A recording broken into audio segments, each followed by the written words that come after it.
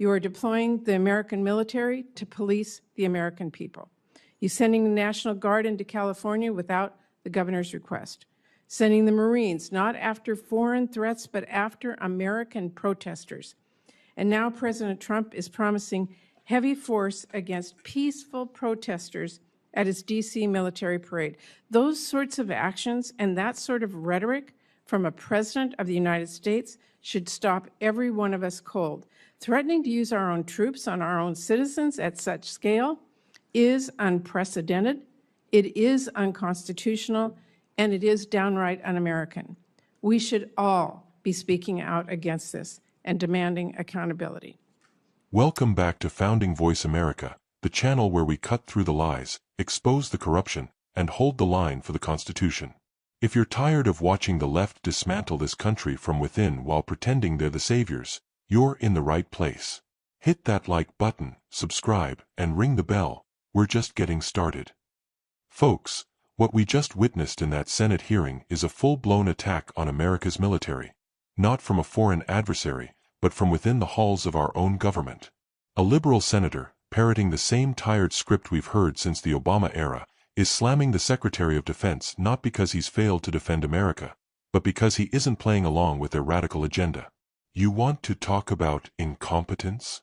Let's talk about what real dangerous incompetence looks like. Gutting our civilian defense workforce, pushing anti-American ideological tests for military hires, and weaponizing our troops against citizens under the false flag of democracy. The left isn't interested in defense.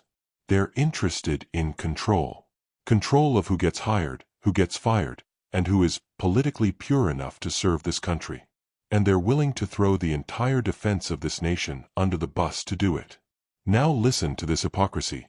2,000 highly trained civilians tossed out in Washington state alone, and the left has the audacity to call that incompetence on the part of the secretary? Let me be real clear. These weren't just paper pushers. These are shipbuilders, welders, defense engineers, the backbone of our military-industrial strength. You don't fire welders when you're gearing up against threats from China and Russia. You hire more. But no, under this administration, if you're not willing to sign a pledge to support some woke executive order, you're out. Think about that. Imagine applying for a job to help defend your country and being told, "Oh, sorry, you voted Republican? No thanks." That is what's happening. We are watching an ideological purge of our defense apparatus. This is McCarthyism in reverse, a loyalty test, not to America, but to the left's radical agenda. And while they're playing these political games, our real enemies, China, Iran, North Korea, are laughing their heads off. Why? Because we're so busy worrying about diversity officers and climate change task forces inside the Pentagon that we've forgotten the whole purpose of the Department of Defense, to kill bad guys and break their stuff. But no. This senator is concerned that the secretary didn't properly bow to their bureaucratic overlords in Congress, that he didn't submit some budget on time, that he dared to reorganize a bloated, inefficient department that's been rotting from the inside thanks to DEI mandates and Obama-era leftovers. Thank you, Senator Collins. Senator Murray and then Senator Graham. Thank you very much, Mr. Chairman. Secretary Hegseth, you oversee one of the largest and most important organizations on planet Earth. More than anything, the Department of Defense needs stable, competent, and strategic leadership. And much as I had feared back in January, it is not what we are seeing under your leadership. In a matter of months, you have lost top aides and reportedly struggled to hire new ones. You have fired highly respected top military officials. You shared highly sensitive attack plans over Signal and apparently with people in your own personal circles, and you've not taken responsibility for those mistakes. All the while, the security challenges we face have grown larger, not smaller. And then in the face of these challenges, you've taken a series of actions that weaken our posture. For example, in my home state of Washington, which is home to many DoD installations critical to our Indo-Pacific strategy, you have pushed out almost 2,000 highly trained civilian employees, including at Puget Sound Naval Shipyard. Mr. Secretary, you talk about returning the department to its mission of warfighting, but I am repeatedly hearing that your policy and personnel changes at the Pentagon are only undermining, not strengthening our military's preparedness to protect our country. You are deploying the American military to police the American people. You're sending the National Guard into California without the governor's request. Sending the Marines not after foreign threats, but after American protesters. And now President Trump is promising heavy force against peaceful protesters at his D.C. military parade. Those sorts of actions and that sort of rhetoric from a president of the United States should stop every one of us cold. Threatening to use our own troops on our own citizens at such scale is unprecedented, it is unconstitutional, and it is downright un-American. We should all be speaking out against this and demanding accountability. Now, Mr. Secretary, I have to say, for people who tout their commitment to transparency and efficiency, I've never seen an administration more bent on hiding basic facts from American people. Your department has been unresponsive to congressional inquiries and oversight requests, all the while you are working to muzzle the free press, denying journalists access to the Pentagon press corps. Now, before I turn to my questions, let me just note, it is now mid-June, and we only, just a few days ago, received some, but not all, important portions of your budget request.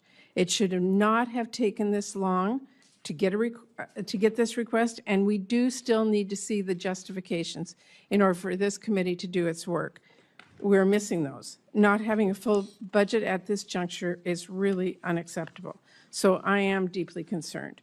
So let me turn to my questions, and this is important. This administration has put the civilian workforce under attack from day one, encouraging resignations, firing probationary employees, instituting hiring freeze, requiring OPM to approve any new hire one by one, and now, new last week, requiring prospective employees to explain how they would, quote, help support the President's executive orders and policy priorities.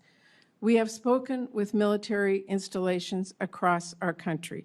Almost all of them have been forced to fire skilled civilian employees who are badly needed, and all of them also have hundreds, and in some cases thousands, of new hires ready to bring on board, but now have to individually be reviewed by OPM, apparently to ensure that they support the President's priorities. Secretary Hegseth, I want to know, and keep your answers short, I have limited time, will you be firing more shipbuilders, yes or no? Senator, we haven't fired shipbuilders. We've offered through a right sizing of our civilian positions, which So everyone in this committee would acknowledge that the Defense Department has had a bloated bureaucracy for a long time, have given a voluntary process by which some people can choose to take a DRP. I'm just asking you so a it's not a question. firing of shipbuilders. Okay, so that's a totally disingenuous characterization of what our department is doing. We are focusing on shipbuilding. Mr. Secretary, do we need more or fewer shipbuilders? We are investing historically in our shipbuilding defense industrial base and workforce and ships in this budget, more than anything the previous administration ever did. So, well, you managed to fire highly skilled workers, including my home state of Washington, for no reason. So let me just say, the Navy needs welders, not people who can recite a president's executive orders. If the Navy wants to hire a qualified candidate for the role, but that candidate happened to vote for or donate to Democrats, would they be hired? Senator, there's never been a litmus test for hiring welders. Well, if you can weld, you can work at the Defense Department. That is what they're being asked. And Mr. Secretary, I just have to say, we need to drop the politics in our military. We need to hire the best people. We do not need to force them out. That is simply the case at this point. I'm out of time. Thank you, Mr. Chairman. Senator Graham. Thank you. Welcome. You know what's unconstitutional? Not defending the nation, not securing our borders, not responding to real, credible threats.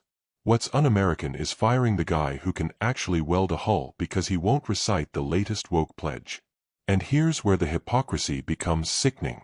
This senator is pretending to care about the use of military force against citizens, when their own party supported lockdowns, curfews, riot zones, and the National Guard during COVID protests and BLM riots. Where was this concern about military policing civilians when the streets of Portland and Seattle were burning? Let me be very clear. No true conservative wants our troops deployed against Americans. That's not our mission, and it's not who we are. But don't you dare pretend the right is the one trying to militarize civil society when it was your side cheering as the FBI raided parents at school board meetings, or when armored vehicles rolled through peaceful conservative rallies. This senator says the president is threatening to use heavy force against peaceful protesters. Folks, what they call peaceful, we all remember as burning buildings, smashed windows, and dead cops. And when President Trump said he would restore order, they lost their minds. Because order means no more excuses, no more victim narratives, and no more control. Oh, and let's not forget the budget. This senator is whining that Congress didn't get the budget in time. You know what? Good. Congress can't even pass a resolution to tie its own shoes. The Pentagon doesn't exist to serve Congress's feelings. It exists to keep Americans alive. If they really cared about readiness, they wouldn't hold defense budgets hostage to green energy experiments and transgender surgery funding. They'd be investing in submarines, missile defense, AI weapons, and the very welders and engineers they just fired. This isn't about budgets. It's about power. And here's the part that should have every American, left or right, sick to their stomach. This administration is now requiring potential DoD hires to submit political loyalty statements. Are you hearing me? Not a resume. Not a skills test. Not even a security clearance first. But a pledge of allegiance to Biden's executive orders. This is what happens in communist China, in Cuba, in Venezuela, not in the United States of America. And if you think that's going to stop at the Defense Department, you're not paying attention. Today, it's the Pentagon. Tomorrow, maybe your job, your school, your church. Patriots, this is a 5-alarm fire. The left is dismantling the strongest military force in human history, piece by piece, and replacing it with a politically correct social experiment. They are more interested in diversity quotas and ideological purity than defending the homeland. And when you speak out, they call you a fascist. When you stand up for the troops, they call you a threat. When you wave the American flag, you're labeled extreme. We are not extreme. We are the descendants of 1776. This is our country. And if we don't stand up, right now, we may not have a country left to stand for. So here's what I want you to do. Like this video, blast it out to your friends, your family, and every red-blooded American you know. Comment below. Do you think loyalty tests have any place in our military? Subscribe to Founding Voice America, where we refuse to be silenced and we never back down from the truth. Stay strong, stay loud, and stay free. This is Founding Voice America, and we're just getting started.